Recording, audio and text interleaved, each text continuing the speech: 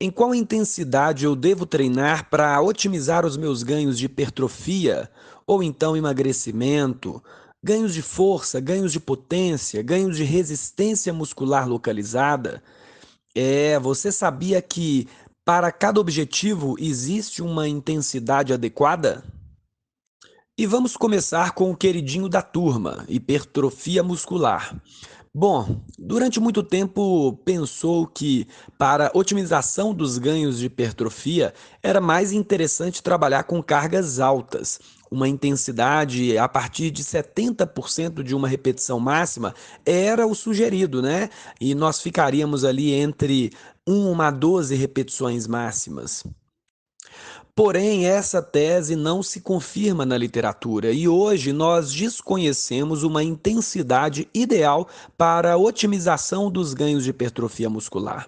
Nós podemos dizer que a janela hipertrófica, que antes era reduzida, né, a essa intensidade de 70% de um RM acima, ela mudou e hoje temos resultados ótimos para hipertrofia muscular em uma janela hipertrófica de 3 RM até 30 RM, isso mesmo, uma janela bem alta, sendo importante, mais importante, pensarmos em garantir a falha concêntrica do que propriamente uma intensidade específica no treinamento.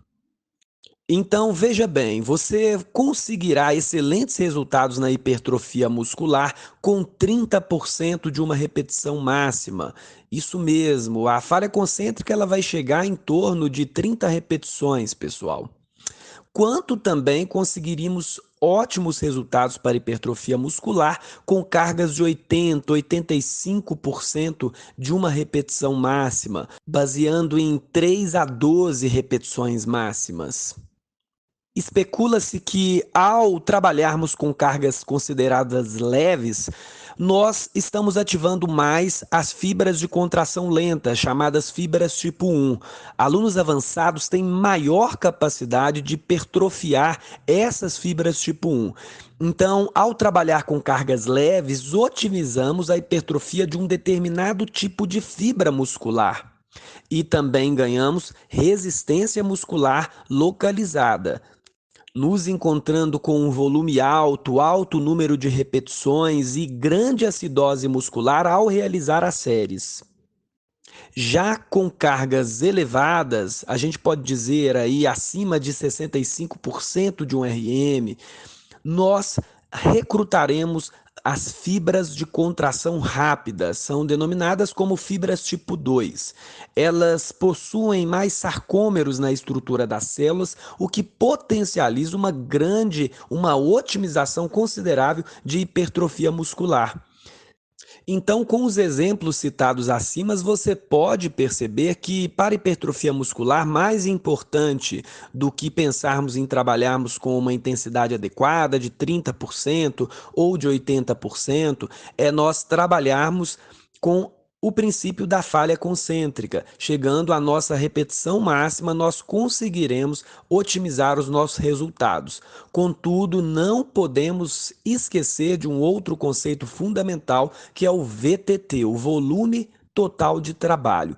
Se nós trabalharmos com cargas muito elevadas, 3 a 5 RMs, e não conseguirmos um volume considerável no nosso treino, nós não conseguimos otimizar os ganhos de hipertrofia. Então, o número de repetições que você realiza e adequar o VTT de trabalho, ele é importante para a otimização dos ganhos. O volume de treinamento para hipertrofia muscular é considerável uma das variáveis mais importantes a se pensar, ok?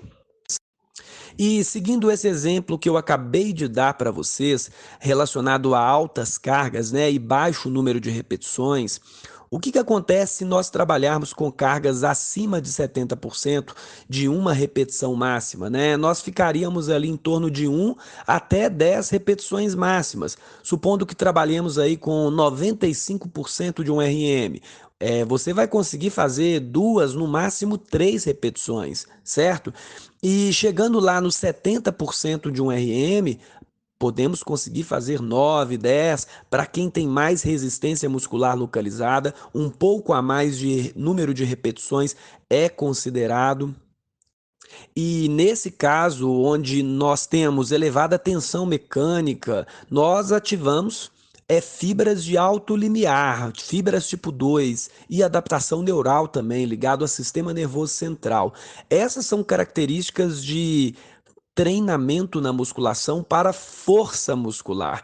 Então, por exemplo, se você é um atleta de alto rendimento e precisa melhorar a sua performance, não propriamente hipertrofiar, mas você precisa de ganhar força muscular, você ficará numa margem elevada e não contará tanto com o VTT, o volume total de trabalho.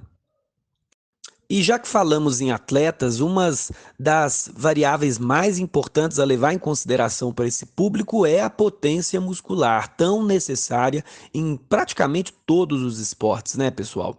E olha só, para a potência muscular, nós trabalhamos com cargas mais baixas, um número de repetições também não considerado tão alto, porque o atleta ele precisa de recuperar 100% na musculação para voltar aos treinamentos e treinar algo do específico, que é mais importante para a sua modalidade.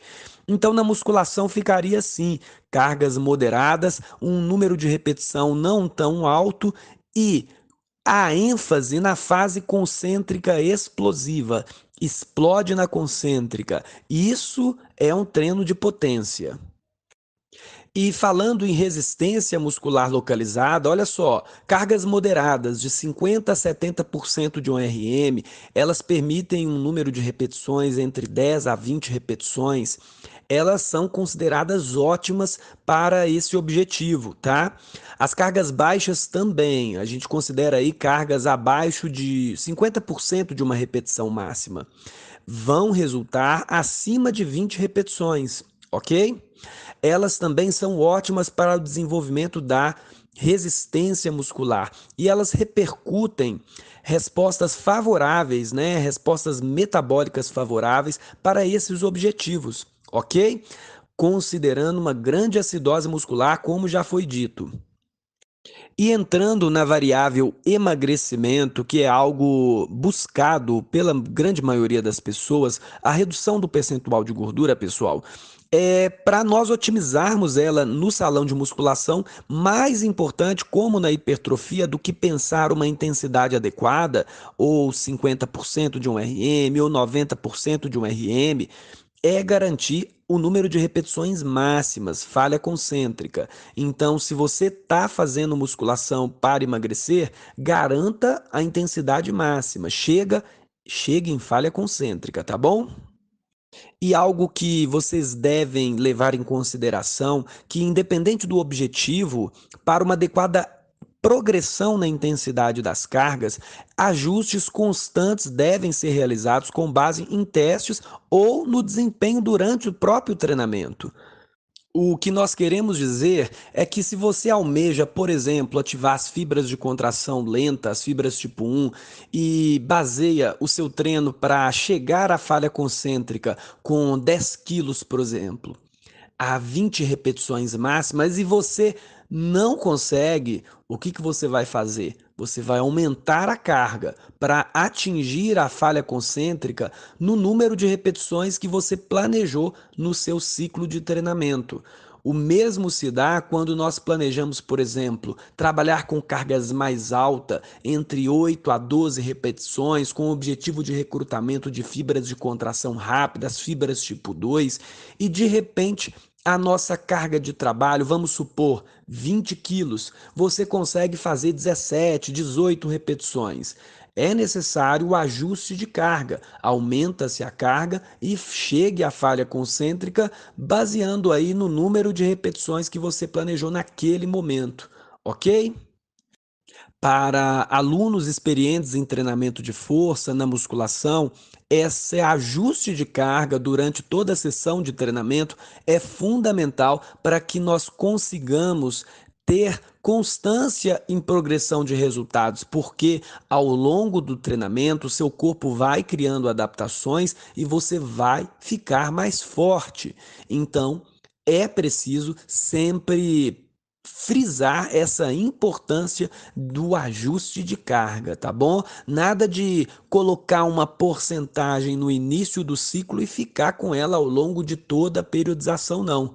Faça os ajustes constantemente no seu programa. E agora que nós já discorremos sobre as intensidades adequadas para cada objetivo, fica comigo no próximo bloco que eu vou te dar uma dica valiosa, muito importante, fundamental para você aplicar nos seus treinamentos, variar essas cargas e conseguir o melhor resultado possível para os seus objetivos.